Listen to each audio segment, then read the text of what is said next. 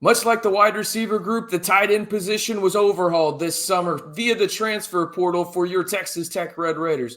In today's video, we'll preview the position, talk about the newcomers, the returnees, and what you can expect from the tight end position from Texas Tech and a Zach Kittley offense in 2024.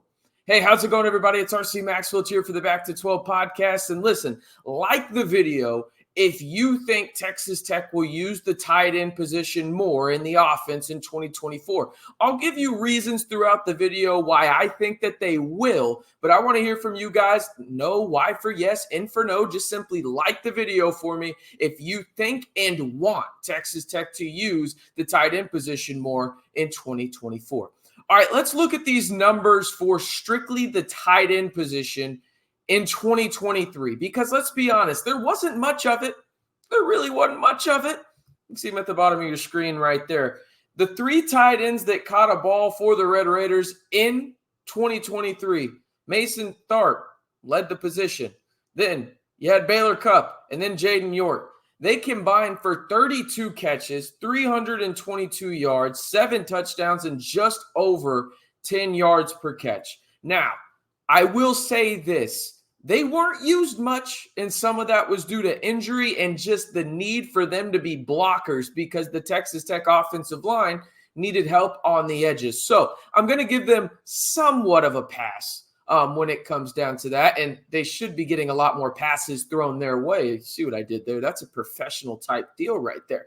But before we get into the projections and everything, let's look at the pre-fall camp depth chart for the Red Raiders. And again, this is just my projected depth chart. I know a lot of people has Mason Tharp as the number one tight end on the team. I really think it's a 1A, 1B type situation. I went ahead and put Jalin Conyers at number one in my pre-fall depth chart. Arizona State transfer. We'll talk about him a little bit more here in just a second.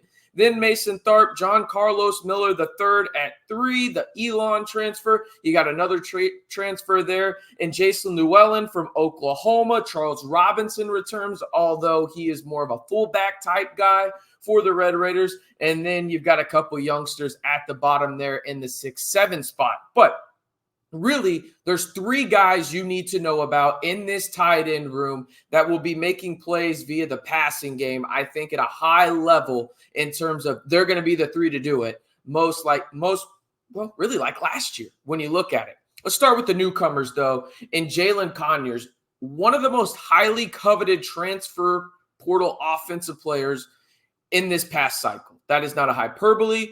Go look at what some of these really high-level and high-valued scouts when it comes to the NFL say about Jalin Conyers. He is a guy that is going to play on Sundays and play a pivotal role for a team on Sundays. He's a highly coveted guy and a guy that is kind of like a chess piece. You can play him inside, outside, and when I watch the film from an athletic standpoint, it is hard not to compare him to a Texas Tech great in Jac Amaro. By no means am I saying Jalin Conyers is Jac Amaro and will have a Jac Amaro type season. Don't hear what I'm not saying. But in terms of physical characteristics, athleticism, and pass catching ability at the tight end position, he's up there. He's that kind of player. Speaking of a guy that's an absolute weapon at the tight end position, Johncarlos Miller III. I'm just going to call him JCM3. You know how I feel about acronyms on this channel. He led the FCS level with yards per catch at the tight end position last year with north of 18 yards per catch. 18.2 to be exact. He is a home run type hitter at the tight end position. There are not many tight ends in any length of football. I'm talking, any level here. We're talking Power 4, G5, FCS, does not matter, that are as athletic as Johncarlos Miller III. Now, is he going to be the lead tight end for this group? No, I think he's going to be used in certain packages and will be coming in to really maybe potentially be a guy that you use in terms of sneak him out and use his athleticism in those type of routes. He's also got really solid hands across the middle, but don't get it twisted. He can hit a home run at any time. He's that kind of player for the Red Raiders. All right, the one returnee I really want to talk about is Mason Tharp. Again, a guy that led the Red Raiders last year in receiving, really didn't do too much, had 180 yards receiving to lead the tight end position for Texas Tech. And a lot of that was due to injury. If we're just being honest about it, he was dealing with multiple ailments last year, but when he's on the field, he's a guy that contributes. And again, if you've watched any of the preview videos here on the channel, I do not, project injury. I don't think that that's fair to any player to do that. So when you see my projections here in a second, that's Mason Tharp playing the full allotment of games. But you got to remember, there's a lot of really good pass catchers on this team, not only in the tight end group, but also the wide receiver group. And if you want to go check that video out, it'll be linked right up above right here if you want to go check that out. But he's a guy that I mentioned earlier. It's a 1A, 1B type situation with him and Jalin Conyers in terms of who is the proverbial one at the tight end position. I don't think there really is one, and that's a really good problem to have if you're the Red Raiders. But if he stays on the field, he has proven time and time again that he has a rapport with Behren Morton, specifically in the red zone. He's got a rapport with him really throughout the length of the field, but specifically in the red zone, you notice Mason Tharp, and it's hard not to because he's 6'9". I mean, you're going to notice, bro. He should be starting at the power forward spot for Grant McCaslin. No joke. He's that tall, right? But that's the kind of player you're getting in Mason Tharp, if he stays healthy, is a real legitimate red zone threat that defenses have to account for. And if that happens, you're going to open up a lot more things for Jalin Conyers, Micah Hudson, Josh Kelly, Koy Aiken, Taj Brooks. The list goes on when it comes to the attributes that these guys have from a playmaking perspective and what the tight end position does to better those characteristics for all the playmakers on this Texas Tech offense. All right, let's get to the predictions. I don't know. I put both of them there at the bottom. You tell me what it's called. But I gave basically everybody 10 yards per catch here. And the reason being is this. I think Jalin Conyers is going to be the guy that is used the most in the passing game for Texas Tech. And the reason being is I think he's more of an offensive weapon when it comes to the passing game. Now, Mason Tharp, still a solid season, but he's a really solid blocker when he's in there, and he can create leverage and really help the offensive line if need be. Once again, Johncarlos Miller III, I put him at 200 yards. You can see at the bottom of your screen right there. 13 total touchdowns would seem like a lot. I know that seems like a lot when it comes to, whoa, that's a lot for the tight end position considering last year they had 6, 7.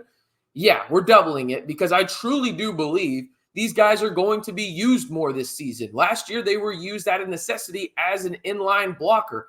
That's not going to be the case anymore, in my opinion, for a majority of the season.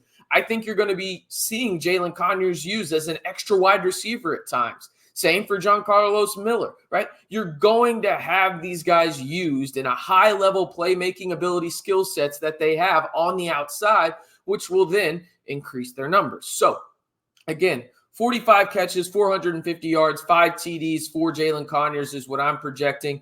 Then you have Mason Tharp at 28 and 280 yards with 5 touchdowns. The reason the touchdowns are the same there is, again, I think Mason Tharp is really going to be a valuable red zone asset for the Red Raiders. Again, he's 6'9", right? And then Johncarlos Miller III, I think he probably has a good season and then trickles in later on in the year and has a big play here and there is kind of what I'm projecting for him. One more time, like the video. If you want to see Zach Kittley and this Texas Tech offense use the tight end more in 2024, I think it's going to happen. Last year, again, out of necessity, they used him as an extra inline blocker there.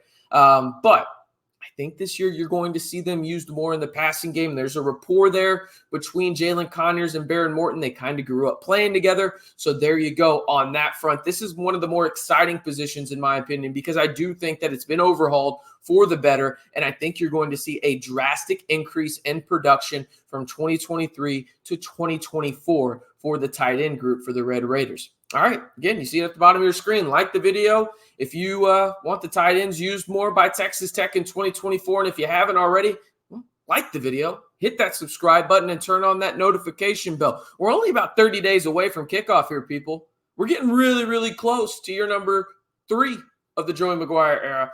And hopefully there's a lot of health going around for the Red Raiders. It should be a lot of fun. And if you want to join, well, the largest group of Texas Tech fans on YouTube, I already told you the steps to do it. Hit that subscribe button, turn on that notification bell to stay in the know on all things Texas Tech football and men's basketball all year long right here on the Back to 12 podcast channel.